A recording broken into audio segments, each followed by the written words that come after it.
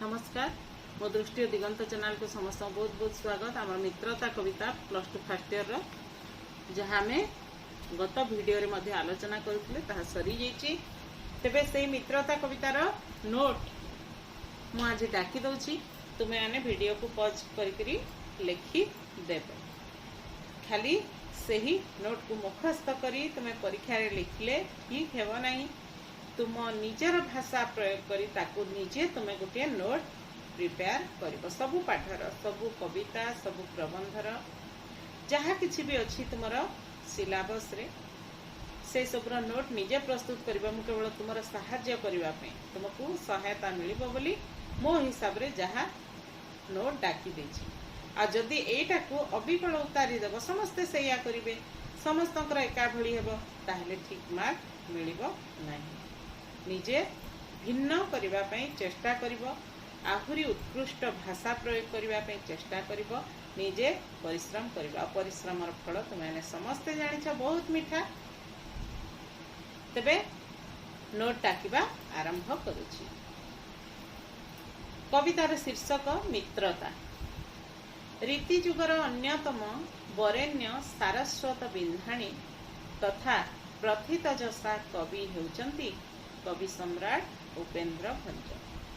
रीति जुगर अन्यतम वरेण्य सारस्वत बिंधाणी तथा प्रथित जसा कवि हेउचंती कवि सम्राट उपेन्द्र भंज। कवि सम्राटंकर लेखनी निश्रुत अम्लान सृष्टि संपद भितरे कवि सम्राटंकर लेखनी निश्रुत अम्लान सृष्टि संपद भितरे लावण्यवती वैदेहिस विलास कोटि ब्रह्मांड सुंदरी रसलेखा प्रेम सुधानिधि सुभद्रा परिणय कला कौतुक छांदभूषण अवना रस तरंग चित्रकाव्य बंधोदय चित्रलेखा यही सबु उल्लेख योग्य। कवि सम्राटंक मित्रता कविताटी तांकर वैदेहिस विलास काव्यर 28तम छांदरु बा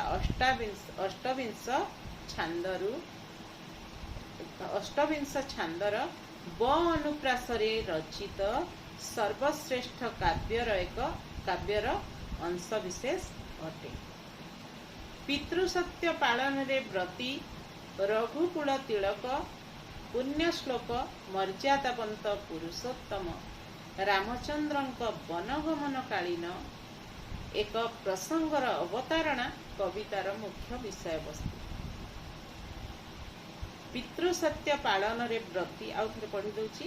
पितृसत्य पालन रे व्रती रघुकुल तिलक पुण्य श्लोक मर्यादावंत पुरुषोत्तम रामचंद्रंक वनगमन कालीन एक प्रसंगर अवतारणा कवितार मुख्य विषय वस्तु।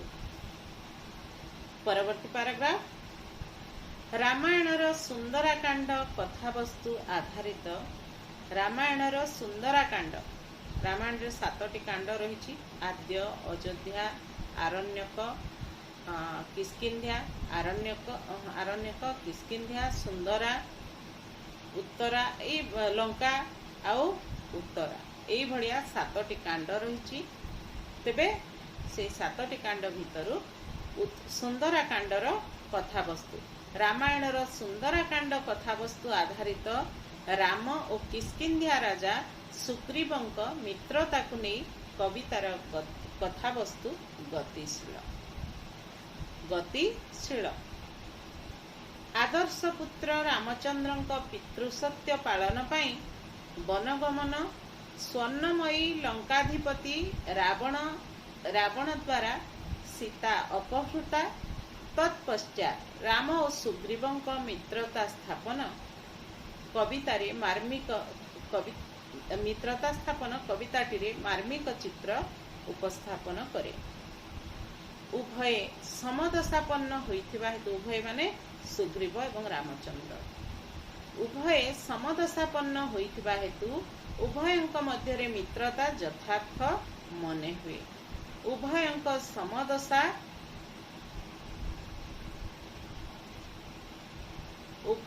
समदशा प्राप्ति संपर्क रे विभिन्न उदाहरण देइछन्ति एठारे कवि। उभय राज्य विताड़ित पुणी वनवासी। रामचंद्र सूर्यवंशी और सुग्रीव हेउचंती सूर्यंक पुत्र।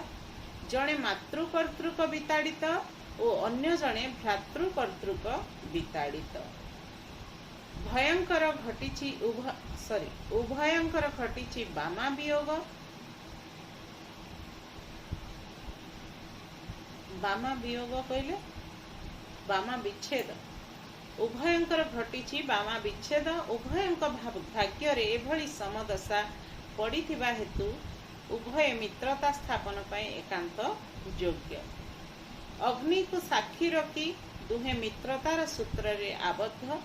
परस्पर परस्परर दुख लाघव करिबार दृढ़ संकल्प नैछंती। परस्पर परस्परर दुख लाघव करिबार संकल्प नैछंती। संसार एक नियम हेउची नैछंती। तापरे नेक्स्ट पैराग्राफ। श्रीराम पत्नी सीता संदेश आनिबार संकल्प नहीं सुग्रीव तार शत्रु बाली को वध करने को मित्र रामचंद्र को अनुरोध करिछि। तेबे बाली महाबलशाली होइथिबा हेतु ताको विनाश करने कष्ट साध्य। राम एका बाण के बाली को मारिबार प्रतिश्रुति देइथिले हैं सुग्रीव तांको शक्ति उपरे आस्था रखि पारि नाही। तेणु रामंकर दुईटी परीक्षा नेबा पई चाहिछि सुग्रीव। प्रथम परीक्षा रे दुंदुभि राक्षसर अस्थि उत्तोलन। दुर्दांत राक्षस दुंदुभिर मृत्यु बाली हातरे होइथिला। ताहार अस्थि पर्वत को फिंगी देबा व्यक्ति ही बालीर वध करि परिबो एहा से सूचाई देछि। सुग्रीव रामचंद्र सूचाई देछि सुग्रीव रामचंद्र दुंदुभिर अस्थि को बाम गोड़र वृद्धांगुली रे अक्लेशर टेकी फिंगी देइछंती। अस्थिर प्रचंड शब्द रे किष्किंध्यावासी इंद्रंक वज्राघात रे मैनाक पर्वत पड़िबार आशंका करी भयभीत मध्य हेइछंती। एहार परिणति देखि मध्य सुग्रीव मनरे विश्वास जन्मी पारि नाही। सूर्य किरण रे शुष्क होइथिबारु अस्थि पर्वत फिंगिबा संभव हला बोली से संदेह करिछि। तापरे लास्ट पैराग्राफ। द्वितीय परीक्षा करी सुग्रीव श्रीरामंक शक्ति परीक्षा करिबा पई चाहिछि। सप्तशाल वृक्ष रे बालीर अर्धेक बल रहिथिबारु पुणी एक महाकाय सर्प बंकेई रही तार सुरक्षा करुथिबा हेतु एही सप्तशाल वृक्षर छेदन कष्टसाध्य अटे। गोटिए बाण रे समुदाय वृक्षर छेदन करने को राम को कहिछि। गोटिए बाण रे समुदाय वृक्षर छेदन समुदाय कहले 7टी जाक वृक्ष समुदाय 7टी वृक्षर छेदन करने को राम को कहिछि। राम एथिरे मध्य सफल होइछंती। शेषरे श्रीराम बाली को वध करी सुग्रीव सह मित्र हेबार कर्तव्य पालन करिछंती। एणु नामकरण दृष्टि कविताटी तार सार्थकता प्रतिपादन करिछि। जदि मित्रता कविताटीर नामकरण सार्थकता प्रतिपादन कर एया पड़े एई भली भाबरे तुमे उत्तर लिखिब। यथासंभव संक्षिप्त करी लिखिब। आ जहाँ प्रश्न पड़िले भी एई भलिया उत्तर टिके बुलेई बंके उत्तर तुमको लिखिबा को पड़िबो। तेबे निजे जदि उत्तर निज घरे यदि परिश्रम करके लिखिदेव ना मार्क देवाई कहीं माने जे खाता देखुथिबे से मार्क देबारु निजको अटकाई पारिबे नाही। रोची